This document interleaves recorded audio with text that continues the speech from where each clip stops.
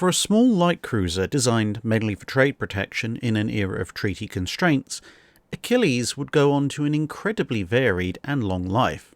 Initially built as part of the first wave of Leander-class cruisers, Achilles was laid down in June 1931, launched in September 1932 and commissioned in October 1933, equipped with the standard armament and appearance of a first-wave Leander. Her service with the primary forces of the Royal Navy was relatively brief, though. Back in 1925, the then recently commissioned HMS Diomede and HMS Dunedin had been transferred to what was then known as the New Zealand Division of the Royal Navy. By the mid-1930s, their older single-gun layout was seen as increasingly obsolete, and they were marked for return to the Royal Navy. Diomede began her voyage back to the UK in 1935, with Achilles earmarked as her successor. As the New Zealand Division was at that point still a part of the Royal Navy as a whole, she was still known as HMS Achilles when she commissioned into the division at the end of March 1936 in Chatham Dockyard. Achilles then set out for her new home the following month, heading down via Gibraltar, then over to Panama and across the Pacific to arrive in September of the same year. During her peacetime career, Achilles would tour the southwestern Pacific region and undertake a number of exercises alongside the Royal Australian Navy and other elements of the New Zealand Division, which would include class leader HMS Leander, which arrived a couple of years later. She left the area for a quick refit and a renewal of crew at the end of 1938, but was back on station by May 1939, having returned to New Zealand the other way, via the Suez Canal and then across the Indian Ocean. However, the outbreak of World War II saw her services required back in the Atlantic, and so she headed to the area via a third route, this time going around the southern tip of South America to take up station as part of Force G, albeit after a couple of weeks spent on the west coast of South America chasing a few stray German ships.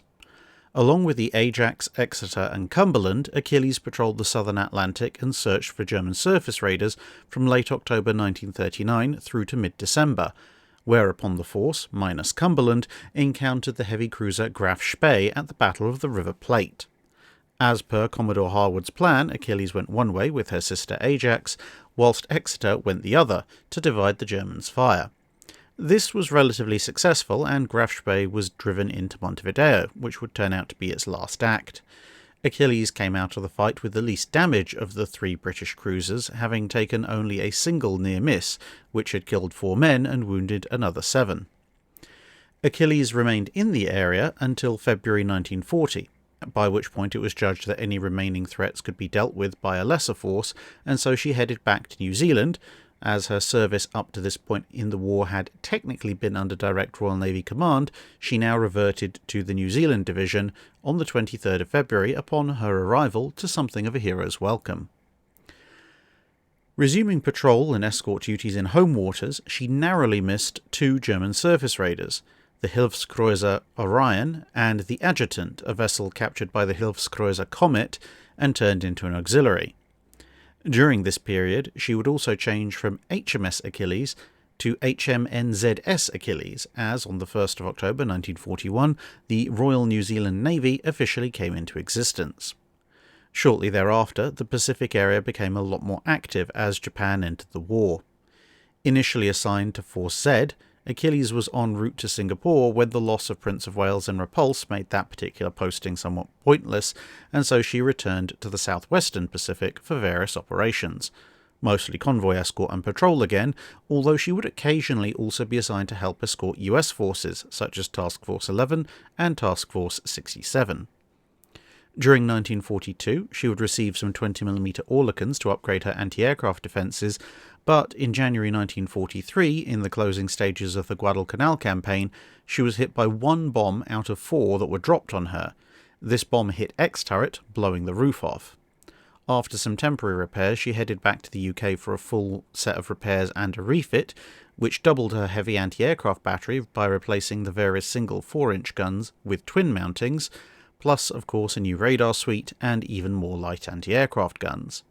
The wreckage of X turret was removed, and it was judged faster and better to simply drop in a quadruple 40mm pom-pom instead of waiting for the fabrication of a whole new twin 6-inch turret. This meant that when she recommissioned in July 1944, her profile was significantly altered, and she now resembled something of a hybrid between the Leander and Arethusa classes. She then gradually proceeded east, joining up with the British Pacific Fleet in November 1944, where she took part in a number of carrier and merchant ship escort missions, upgraded her light anti-aircraft guns again by replacing many of her single Oerlikons with twins, and by May 1945 she was fully on the front lines as part of Operation Iceberg and other follow-up strikes on Japanese targets.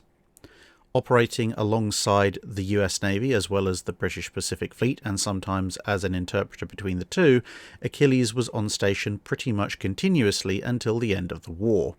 In 1946 she set sail for the UK, having been transferred back to the Royal Navy, and a couple of years later she was sold to the brand new Indian Navy, becoming INS Delhi in July 1948, a career that will have to be covered separately. Although she did briefly return to the White Ensign to play herself in the 1956 movie The Battle of the River Plate, and was eventually sold for scrap in 1978, although a number of artefacts were saved by the Indian Navy, with Y turret being given to New Zealand and a number of smaller parts of the ship being given to the Royal Navy. That's it for this video. Thanks for watching. If you have a comment or suggestion for a ship to review, let us know in the comments below. Don't forget to comment on the pinned post for dry dock questions.